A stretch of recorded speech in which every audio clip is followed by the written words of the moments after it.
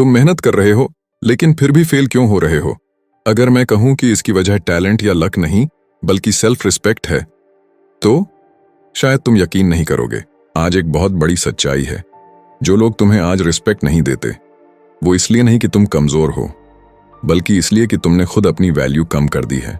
देखो, इंसान की सबसे बड़ी गलती ये होती है कि वो सोचता है अगर मैं सबको खुश रखूंगा तो सब मुझे रिस्पेक्ट देंगे। लेकिन रियलिटी इसके बिल्कुल उलट है। जो इंसान हर किसी को यस बोलता है उसकी वैल्यू धीरे धीरे खत्म हो जाती है।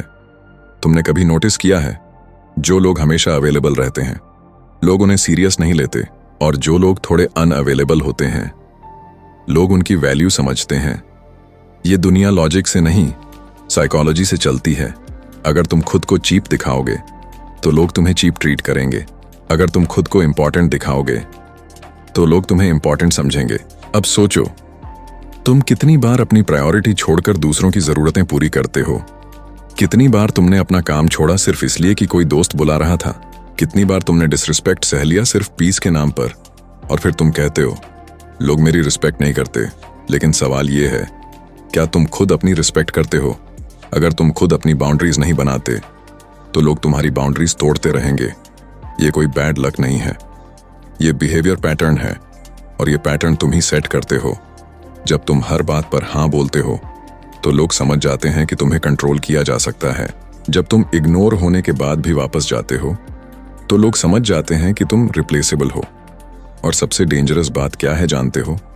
कि धीरे धीरे तुम्हें भी लगने लगता है कि शायद मैं उतना इंपॉर्टेंट नहीं हूं। यहीं से सेल्फ रिस्पेक्ट खत्म होना शुरू होता है। ना किसी और ने तुम्हें गिराया, तुम खुद ही धीरे धीरे खुद को नीचे लाते गए। और फिर तुम पूछते हो मेरी लाइफ आगे क्यों नहीं बढ़ रही, मेरे साथ रिस्पेक्ट क्यों नहीं है, क्यों लोग मुझे सीरियस नहीं लेते? आंसर सिंपल है, क्योंकि तुमने खुद को सीरियस लेना बंद कर दिया है। एंड जब तक तुम खुद को वैल्यू नहीं दोगे तब तक दुनिया भी तुम्हें वैल्यू नहीं देगी। अब इस बात को समझने के लिए एक कहानी सुनो। एक लड़का था, नाम था राहुल। साधारण सा लड़का, ना बहुत खास ना बहुत कमजोर। बस एक प्रॉब्लम थी, वो हर किसी को खुश रखना चाहता था। शुरुआत में सबको वो बहुत अच्छा लगता था क्योंकि वो हमेशा मदद के लिए तैयार रहता था। कोई भी कॉल करे वो आ जाता था, कोई भी काम बोले वो छोड़ देता था। उसे लगता था अगर मैं सबकी हेल्प करूंगा तो सब मुझे रिस्पेक्ट करेंगे। लेकिन धीरे धीरे चीजें बदलने लगीं। लोग उसे रिस्पेक्ट नहीं करने लगे बल्कि यूज करने लगे। जब जरूरत होती उसे बुला लेते, और जब काम खत्म हो जाता उसे इग्नोर कर देते। लेकिन राहुल को यह समझ नहीं आ रहा था। वो सोचता था मैं तो अच्छा इंसान हूं, फिर मेरे साथ ऐसा क्यों हो रहा है? असल में वो एक बड़ी गलती कर रहा था। वो खुद को प्रायोरिटी नहीं बना रहा था।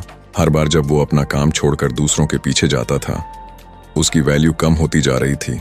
लोग धीरे धीरे उसे सीरियस लेना बंद कर चुके थे। अब हालत ये हो गई थी, अगर वो मैसेज नहीं करता था तो कोई जवाब नहीं देता था। अगर वो कॉल नहीं करता था तो कोई पूछता भी नहीं था। और सबसे पेनफुल बात, उसे खुद भी लगने लगा था कि शायद मैं इंपॉर्टेंट ही नहीं हूं। फीलिंग धीरे धीरे उसके अंदर बैठ गई। और यही सबसे डेंजरस स्टेज होता है, जब इंसान खुद ही अपनी वैल्यू पर डाउट करने लगता है। अब वो और ज्यादा कोशिश करने लगा, लोगों को इम्प्रेस करने के लिए, हर किसी को खुश रखने के लिए। लेकिन जितना वो कोशिश करता उतना ही लोग उसे इग्नोर करते। क्यों? क्योंकि दुनिया एफर्ट नहीं देखती, दुनिया वैल्यू देखती है, और उसकी वैल्यू उसने खुद ही खत्म कर दी थी। फिर एक दिन एक बहुत छोटा सा इंसिडेंट हुआ। उसके एक दोस्त ने उसे पब्लिक में मजाक बना दिया और सब लोग हंस पड़े।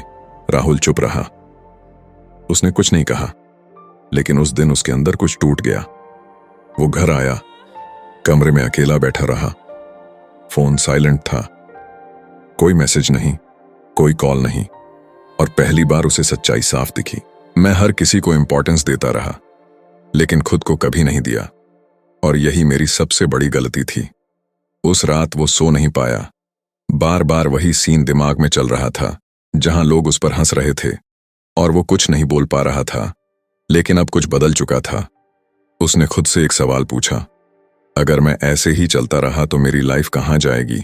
और जवाब था, जहां मैं अभी हूं और नीचे। यहीं से उसका टर्निंग पॉइंट शुरू हुआ। अगले दिन उसने एक छोटा सा फैसला लिया। पहली बार उसने किसी को नो कहा, और वो भी बिना गिल्ट के। सामने वाला शॉक्ड रह गया, लेकिन राहुल के अंदर पहली बार कॉन्फिडेंस आया। फिर उसने दूसरा कदम लिया। जो लोग सिर्फ जरूरत में उसे याद करते थे, उसने उनसे डिस्टेंस बनाना शुरू किया। शुरुआत में उसे बहुत कठिन लगा, क्योंकि वो इमोशनली अटैच था, लेकिन धीरे धीरे वो खुद को कंट्रोल करना सीख गया। और जैसे जैसे वो खुद को रिस्पेक्ट करने लगा, लोगों का बिहेवियर भी बदलने लगा। जो लोग पहले उसे इग्नोर करते थे, अब वही लोग उसे रिस्पेक्ट देने लगे। क्यों? क्योंकि अब वो डेस्परेट नहीं था, अब वो अवेलेबल नहीं था हर किसी के लिए। अब उसकी वैल्यू बनी हुई थी। और यही सबसे बड़ा ट्रूथ है। लोग तुम्हें वैसे ट्रीट करते हैं जैसे तुम खुद को ट्रीट करते हो। अगर तुम खुद को लो समझोगे तो दुनिया भी तुम्हें लो समझेगी, और अगर तुम खुद को वैल्यू दोगे तो दुनिया भी तुम्हें वैल्यू देगी। अब राहुल ने सोचा था कि बस नो बोलने से सब ठीक हो जाएगा, लेकिन असली गेम अभी बाकी था। अगले दिन उसने एक इंटरेस्टिंग चीज नोटिस की। जिस फ्रेंड को वो हमेशा हेल्प करता था, वो उसी से दूरी बनाने लगा था। लेकिन वो फ्रेंड सडनली वापस आया और बोला, तू बदल गया है क्या? पहले तो तू हमेशा अवेलेबल रहता था। राहुल ने पहली बार काल्मली जवाब दिया, मैं बदल नहीं गया, मैं बस अब खुद को प्रायोरिटी दे रहा हूं। ये सुनकर सामने वाला थोड़ा साइलेंट हो गया, लेकिन फिर उसने एक और बात कही, तो मतलब अब तू हेल्प नहीं करेगा? और यहीं राहुल को पहली रियल टेस्ट मिली। पुरानी हैबिट वापस आने लगी। मन में आवाज आई, अगर तू मना करेगा तो लोग छोड़ देंगे। लेकिन इस बार कुछ अलग हुआ। उसने फिर भी नो बोल दिया और फोन कट कर दिया। कुछ सेकंड्स तक वो खुद भी शॉक्ड था, क्योंकि पहली बार उसने अपनी फीलिंग के खिलाफ नहीं, अपनी वैल्यू के लिए डिसीजन लिया था। लेकिन ट्विस्ट अभी बाकी था। उस दिन शाम को कुछ ऐसा हुआ जो उसने एक्सपेक्ट भी नहीं किया था। जिस फ्रेंड से उसने डिस्टेंस बनाया था, वो अचानक उसे इग्नोर करने लगा, और ग्रुप में उसके बारे में बातें शुरू हो गईं। राहुल अब बदल गया है, वो पहले जैसा नहीं रहा। और यही सुनकर राहुल थोड़ा कंफ्यूज्ड हो गया। क्या मैंने सही किया या गलत? क्योंकि उसे लगने लगा, क्या सेल्फ रिस्पेक्ट रखना मतलब लोगों को खो देना है? और यही वो मोमेंट था जहां उसकी थिंकिंग पूरी तरह चेंज होने वाली थी। अब राहुल की जिंदगी बदल चुकी थी, लेकिन सबसे बड़ी चीज जो उसने समझी वो ये थी कि बदलाव बाहर नहीं, अंदर होता है। उसने एक सिंपल सी बात ऑब्जर्व की, जब मैं खुद को वैल्यू नहीं देता था, लोग भी मुझे वैल्यू नहीं देते थे। और जब मैंने खुद को वैल्यू देना शुरू किया, लोग भी बदल गए। ये कोई कोइंसिडेंस नहीं था, ये ह्यूमन साइकोलॉजी थी। लोग तुम्हें वैसे ट्रीट करते हैं जैसे तुम खुद को ट्रीट करते हो। अब एक बहुत जरूरी सवाल, क्या सेल्फ रिस्पेक्ट का मतलब ईगो है? नहीं, सेल्फ रिस्पेक्ट और ईगो में बहुत बड़ा फर्क है। ईगो कहता है मैं सबसे ऊपर हूं, सेल्फ रिस्पेक्ट कहता है मैं खुद की वैल्यू जानता हूं। ईगो दूसरों को नीचा दिखाता है, सेल्फ रिस्पेक्ट खुद को ऊंचा उठाता है। राहुल ने यह समझ लिया था। उसने किसी से लड़ना बंद कर दिया, उसने बस खुद को इंप्रूव करना शुरू किया।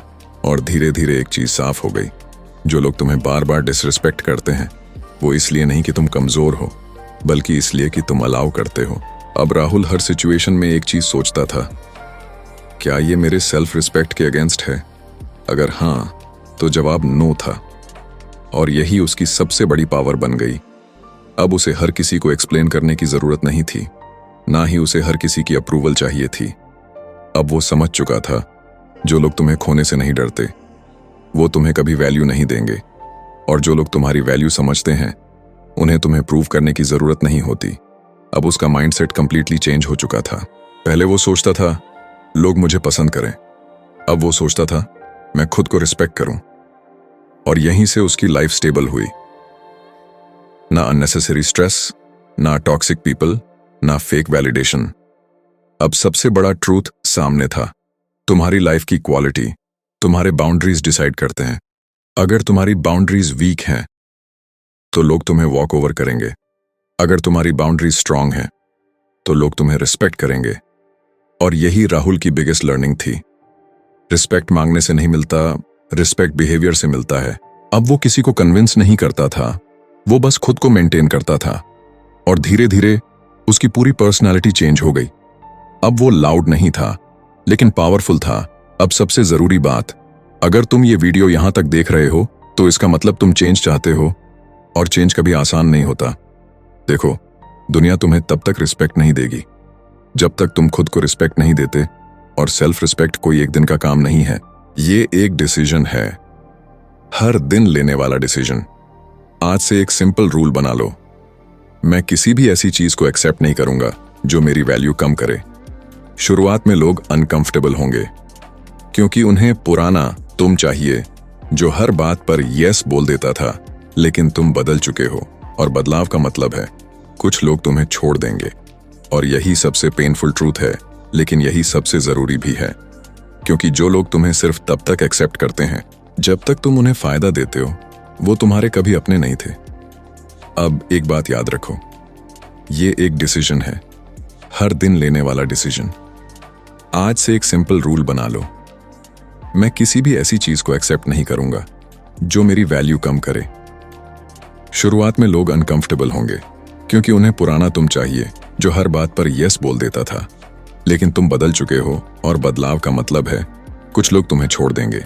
और यही सबसे पेनफुल ट्रूथ है, लेकिन यही सबसे जरूरी भी है, क्योंकि जो लोग तुम्हें सिर्फ तब तक एक्सेप्ट करते हैं जब तक तुम उन्हें फायदा देते हो, वो तुम्हारे कभी अपने नहीं थे। अब एक बात याद रखो, सेल्फ रिस्पेक्ट तुम्हें लोगों से दूर नहीं करता, सेल्फ रिस्पेक्ट तुम्हें गलत लोगों से दूर करता है, और ये दूरी तुम्हारी कमजोरी नहीं, तुम्हारी स्ट्रेंथ है। अब एक नया वर्जन बनाओ खुद का, जो हर किसी को इम्प्रेस करने की कोशिश नहीं करता, बल्कि खुद को इम्प्रूव करता है। क्योंकि एक दिन ऐसा आएगा जब तुम पीछे मुड़कर देखोगे और तुम्हें रिग्रेट नहीं होगा, तुम्हें प्राइड होगा कि तुमने खुद को चूज किया, जब बाकी सब लोग तुम्हें यूज कर रहे थे, और यही तुम्हारी रियल विक्ट्री होगी। याद रखो, जिस दिन तुमने खुद को वैल्यू देना शुरू किया, उसी दिन दुनिया तुम्हें वैल्यू देना शुरू कर देगी। अगर तुमने आज ये समझ लिया कि सेल्फ रिस्पेक्ट ही तुम्हारी सबसे बड़ी पावर है, तो कमेंट करो आई वैल्यू माई सेल्फ। और अगर तुम चाहते हो कि ऐसी real life changing motivation videos रोज मिले, तो चैनल को सब्सक्राइब करो और बेल आइकॉन दबाओ, क्योंकि अगली वीडियो तुम्हारी सोच बदल सकती है।